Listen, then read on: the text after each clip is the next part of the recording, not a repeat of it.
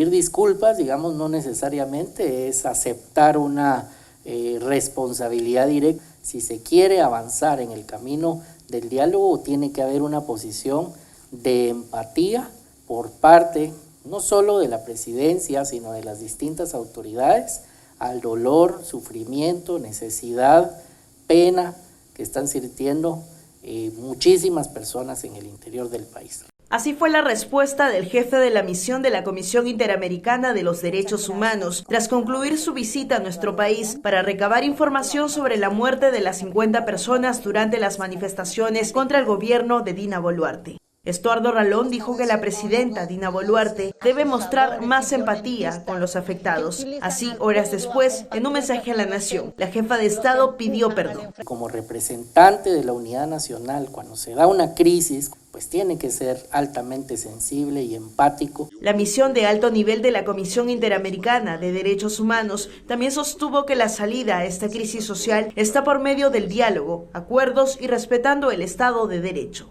Nosotros no estamos señalando ningún camino político a seguir para Perú. Lo que estamos instando es a un diálogo amplio. Estuardo Ralón hizo un llamado al amplio diálogo. Dijo que ese diálogo tiene que llevar un acuerdo en el marco del respeto al Estado de Derecho. Pero aclaró que si se quiere avanzar en ese camino, tiene que haber empatía, no solo de la presidencia, sino de las distintas autoridades hacia el dolor que están sintiendo muchas personas en el Perú. Se debe hacer un esfuerzo para identificar si existen grupos de violentistas que, apartados del derecho de protesta, puedan desnaturalizarlo o bien utilicen el contexto de protesta para otros fines alejados a la misma y con ello evitar escenarios de enfrentamiento y violencia extrema. Los actos de violencia.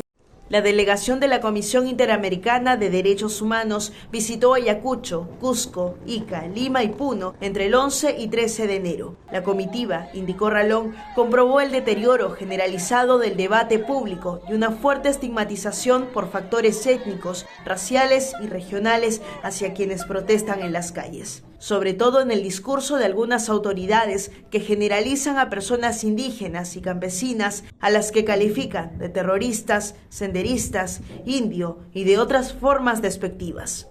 La protesta social y pacífica es un elemento esencial para la existencia y funcionamiento de la democracia y es un derecho que en contextos de crisis políticas sostenidas puede constituirse como la única vía de participación política para comunidades sobre las que se ejerce discriminación estructural o exclusión política y social. Para Estuardo Ralón, estos mensajes no son inocuos. Por el contrario, contribuyen a crear un ambiente de permisividad y tolerancia hacia la discriminación, estigmatización y violencia institucional en contra de esta población, especialmente cuando provienen de autoridades públicas y generan una ofensa generalizada a personas indígenas y campesinas. Además, la delegación internacional expresó su condena a todo tipo de violencia tras la represión policial y militar que como consecuencia no solo registró fallecidos, sino también un ambiente de desesperación entre sus habitantes. Se han registrado 47 personas fallecidas, entre ellas 7 adolescentes. El recuento total en Juliaca ha sido de 19 personas que perdieron la vida por heridas de arma de fuego. Hay proyectiles de arma de fuego que han tenido un ingreso al cuerpo de personas que han fallecido y que no han tenido un orificio de salida. Y es fundamental el establecer que se hagan las pruebas de balística. Se pronunció también el relator de la libertad de expresión de la Comisión Interamericana de Derechos Humanos, Pedro Vaca. En un momento de fractura social tan profunda como la que vive el Perú, los medios de comunicación ocupan un lugar central en el mismo diálogo al cual se está invitando a la sociedad. El diálogo requiere de información y a partir también de lo que hemos podido ver, obtener esa información está siendo muy difícil para la propia prensa. De un lado, a atentados contra infraestructuras, a agresiones a infraestructuras, pero también a periodistas desplegados en el cubrimiento. Hemos recibido reportes tanto de violencias que se atribuyen a manifestantes como violencias que se atribuyen a la policía, y esto dificulta la labor de la prensa. La delegación ha escuchado de manera constante reproches a la actividad periodística. Invitamos a un diálogo, pero ese diálogo también tiene obstáculos, y un obstáculo muy importante es la estigmatización. Y la estigmatización proviene de distintas fuentes, muchas de ellas voces oficiales.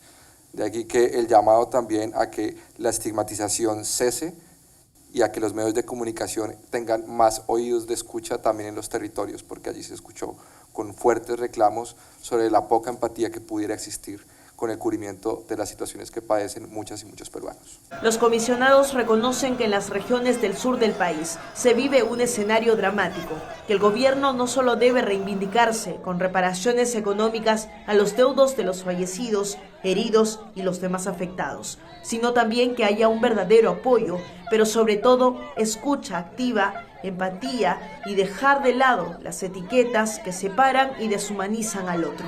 Joana Hualpa, Nativa nos conecta.